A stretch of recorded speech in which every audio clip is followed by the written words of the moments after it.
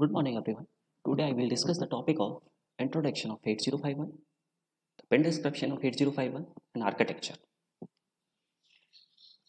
So first we discuss the comparison between microprocessor and microcontroller. In case of microprocessor, there is no internal RAM and ROM available. In case of microcontroller, the on-chip RAM and ROM available. In case of microprocessor, if we want to connect any external devices to microprocessor, then we require interfacing ICs. For connecting the peripherals, we required 8255 IC. For connecting timers, we require 8254 timer ICs. But in the case of the microcontroller, the CPU, memory, input-output port, and all other devices are connected on the single chip. In case of microprocessor, there are no serial COM port available, but the microcontroller, the serial COM port available. In case of microprocessor, program and data are stored in the same memory module, and microcontroller, the program and data are stored in the separate modules. Now come to the features of 8051. The 8051 is an 8-bit microcontroller. The 16-bit address lines and 8-bit data lines are available in the 8051. The size of the ROM is 4 kilobyte and the size of the RAM is 128 byte. There are 4 ports available in the 8051, that is port 0, port 1, port 2 and port 3. All ports are the 8-bit ports, and total 32 pins are bidirectional input-output lines are available in the 8051. There are 2 timers are available, is the timer 0 and timer 1. 4 register banks are available, bank 0 to bank 3. And the 8051 is a bit and byte addressable. This is the pin description of 8051. The 8051 is a 40-pin device, and out of 40 pins, the 32 pins are available for the ports. Ports that are the port 0, port 1, port 2 and port 3. So first come to the port 0. The port 0 is work as input and output ports, and this is a bidirectional ports. The multiplexed buses, that is 80 to 87, are connected to the port 0. These pins are work as a address bus when the ALE pin that is connected to the 30th number pin is 1, then 80 to 87 work as a address bus, and when ALE pin equal to 0, then 80 to 87 pins work as a data pins. Now come to the port 1. Port 1 is also a 8-bit port, bidirectional ports, and it works as input and output ports. Now come to the port 2. Port 2 is also a 8-bit port, bidirectional ports, work as input and output ports, and the higher order address bus, that is a A8 to A15s, are connected to the port 2. Then come to the port 3. Port 3 is also a 8-bit and bidirectional ports, and so many special features are available at the port 3. So we discuss the pin by pin to the port 3. The pin P3.0 and P3.1, the two signals RxD and TxD are connected. These are used for the connecting purpose, a transmitter and receivers. The pin P3.2 and P3.3, the two signals INT0 and INT1 are connected, and these signals are used for the connecting the external interrupts. The pins P3.4 and P3.5 are connected with a timer pin T0 and T1, and these pins are used for the timers, and timers are used for the delay purpose, for generation of delay and counting purpose. The pin P3.6 and P3.7s are connected with a signal of WR bar and RD bar. When the microprocessor writes the data into the memory, then WR bar is enabled, and when the microprocessor read the data into the memory, then RD bar signal is enabled. These are the port 0, port 1, port 2 that already discussed. and port 3.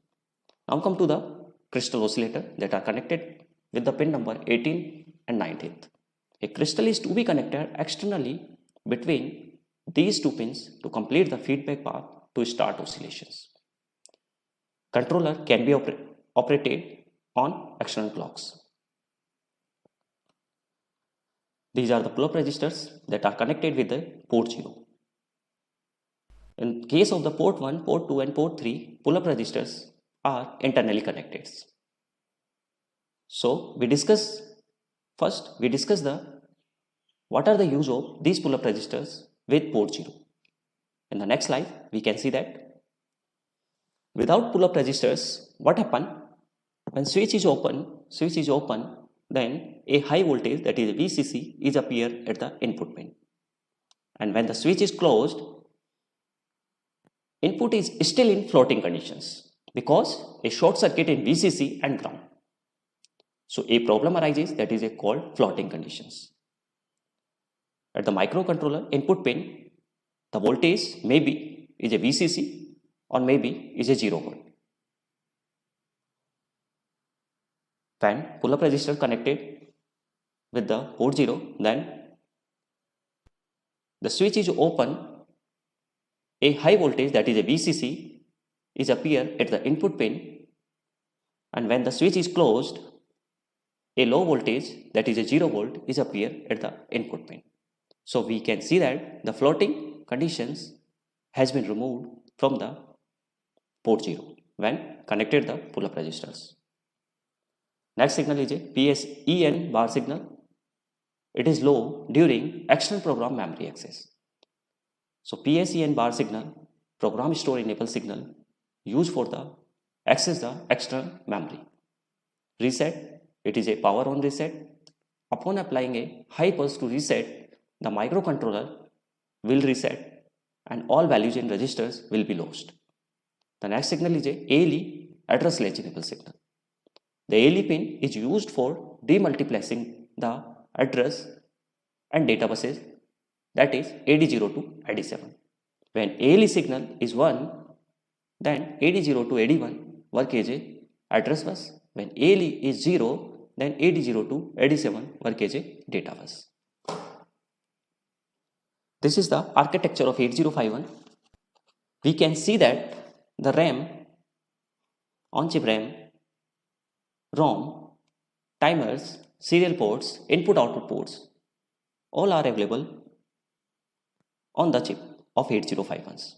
So we are not required any external memory, timers, ports, etc. in case of 8051s.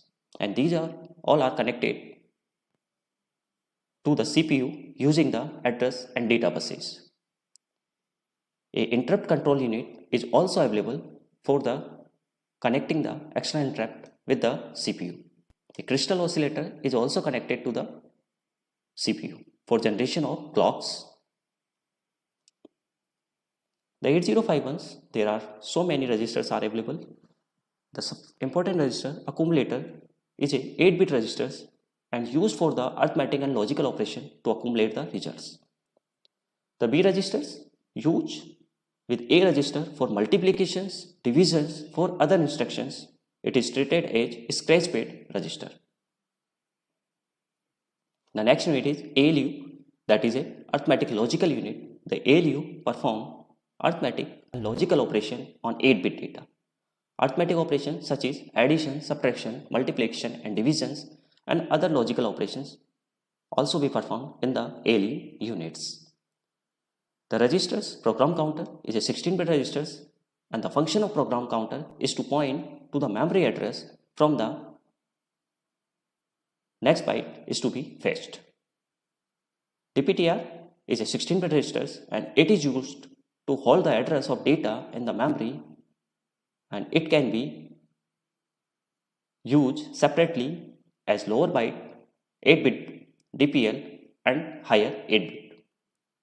The next register is the program status word registers. Many instructions affect the status flags. In order to address these flags conveniently, they can be grouped to form PSW. PSW is a program status word or the flag registers. So we discuss the PSW registers or the flag bits. This is 8-bit registers, and main feature is that bit addressable registers. We can see that the 8 bits are available in the PSW registers, and the D7 bits, MSB bits represented by the CY carry flags. Next bit is the D6 is represented by the AC auxiliary carry flags. D5 bit is a general purpose bits. D4 and D3 is represented by the RS1 and RS0 bits, and the D2 used for the overflow flags and D0 for the parity flags. So discuss one by one all flags.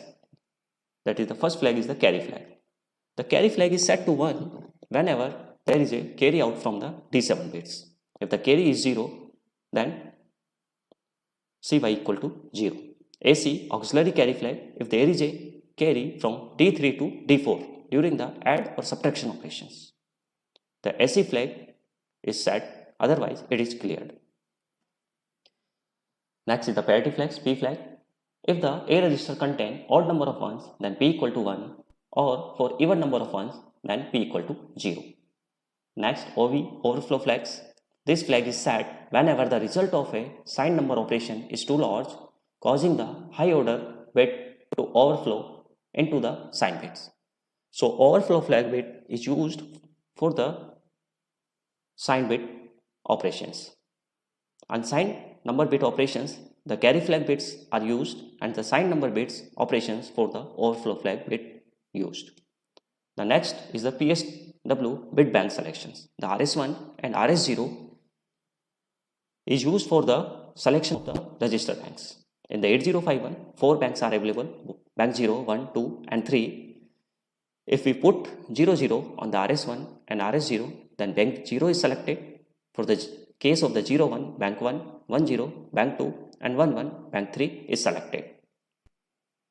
So this is all about the PSW program status word registers. Now come to the examples. The example is that show that the status of the carry AC and P flag after the addition of 9C and 64H in the following instructions. Move A, 9CH. 9CH is the immediate data. Move into the accumulator. Add A, 64H. Perform the addition operation between the content of accumulator, that is 9C, with the immediate data 64H. So after the addition of 9C and 64H, a result is obtained. So we can see that the addition operations, 9C convert into the binary, 64 convert into the binary and perform the addition operation. The lower bit 0 plus 0 is 0. Next 0 plus 0 is 0. The 1 plus 1 is 0 and a carry is generated. Carry 1 and 1 is 0 and again a carry is generated. 1 and 1 is 0. 1 carry, 1 is 0. 1 carry and 1 is 0. 1 carry and 1 is 0. And a carry is generated from the D7 bit. Now we can see that the result is completely 0, 0 and a carry is also generated. This carry is updated the carry flag or the CY flags. We can see that when addition of the D3 bits, a carry is also generated and is moved to the D4 bits. This is a auxiliary carry flag, that is AC flag is set to 1. The result is completely 0, means number of ones is even. When the number of ones is even, the parity flag P is 0. Now come to the register banks. In the 8051, 4 register banks are available, bank 0, 1, 2 and 3. And all register banks size is 8-bit, and by default bank 0 registers are used. And for selection of these register banks, the pins RS1 and RS0 are used. This is the architecture of 8051 RAM. We already know about that RAM. The RAM size is 128 bytes. Out of 128 bytes, the 32 pins are allotted to the register banks, that is a bank 0, bank 1, bank 2 and bank 3. All bank size is 8-bit and total size of the banks is 32 bits. The range from the bank 0 is 00 to 07. For the bank 1, the range is 08 to 0F. For the bank 2, the range is 10 to 17. And bank 3 is 18 to 1F. So total bank size is 00 to 1F. After 32 bits, the next 16 bits are allotted to the bit addressable RAMs. The range of 22 to F is allotted to the bit addressable RAM. And next 80 bits from 30H to 7H are allotted to the scratchpad memory. So this is the structure of RAM 128 byte RAM of 8051. These are the things that are discussed in the last slide. Now come to the stack and stack pointer. The stack is the reserve area of the memory in the RAM where temporary information may be stored. An 8-bit stack pointer is used to hold the address of most recent stack entry. Generally, it is called top of the stack. The stack work on the LIFO principles. By default, location of the stack pointer is 07H. We can change the default location by the instruction of move sp, # of XSH. So this is all about the stack and stack pointer. Now come to the special function register or SFR registers. SFR registers are placed in the address space immediately above the 128 byte of RAM. The range of these SFR registers are 80H to FFH. The SFR memory consists of important registers such as accumulator, B, PSW, program status words, PCON registers, TCON registers, TMOD registers, etc. So this is the structure of special function registers. We can see that all ports P0, P1, P2 and P3 all are the bit addressable ports. And the address of the port 0 is 80, port 1 is 90, port 2 is A0 and port 3 is B0. Other registers such as accumulator and B registers and program status words. These are also a bit addressable registers. Some more registers such as the SCON, is the TCON